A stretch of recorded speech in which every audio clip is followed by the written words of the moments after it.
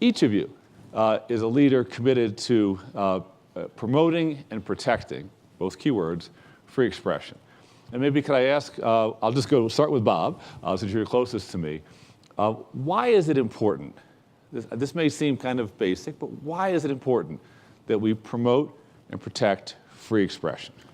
Well, from the point of view of a university, it's essential to fulfilling our missions. Our mission is to, on one hand, educate students in the most challenging way we can so that they are empowered by a set of intellectual skills and habits of mind that will serve them for their entire life, and that they are simply not going to get the level of education and the level of preparation and developing these skills if they are not challenged in an ongoing way. And challenge means hearing things that are different. It means hearing different perspectives. It means hearing things that you are uncomfortable with. And simply without this, your education is going to be weaker. And the more you move away from this, the more mediocre your education becomes. Very simple. And it's the same thing with the research environment. Yeah. And I'll turn to Chris for a second on the research. But one big reason to promote freedom of expression is for the formation of young adults to be able to develop their intellectual power. How about from the knowledge creation perspective? Right, which is, and I agree with everything that Bob said.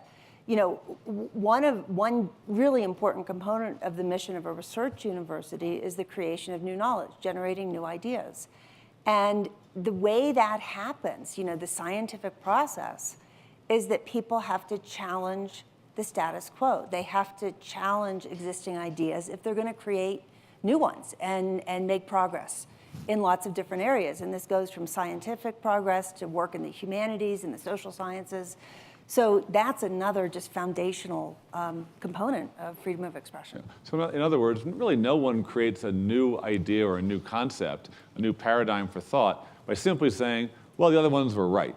Right? We have to be on the edge of pushing forward. You have to keep probing and testing and pushing. Yeah. It takes courage, takes patience, Yeah. and takes drive. David, is there any other consideration about the freedom of expression, the freedom of speech, besides the academic enterprise of forming students and developing new knowledge that speaks to you?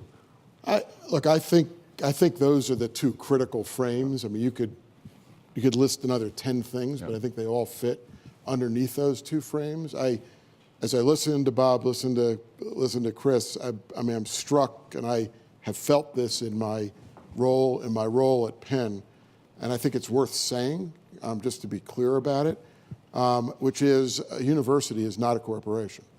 And just listening, I mean, a corporation, I mean, we take our values very seriously, take our culture and our environment very seriously, but I don't think anyone would define the central mission of any for-profit corporation in America as academic freedom and the freedom of expression that undergirds academic freedom and the creation of an environment where every possible attitude, theory, and approach would be encouraged and respected. Yeah. So I'm the only person on this panel, including the moderator, with no academic title and no academic teaching experience. So I bring the trustee experience here, and so many trustees come more out of the business world than out of the academic world. And I think understanding that distinction is important to being a good trustee at an academic institution like a Brown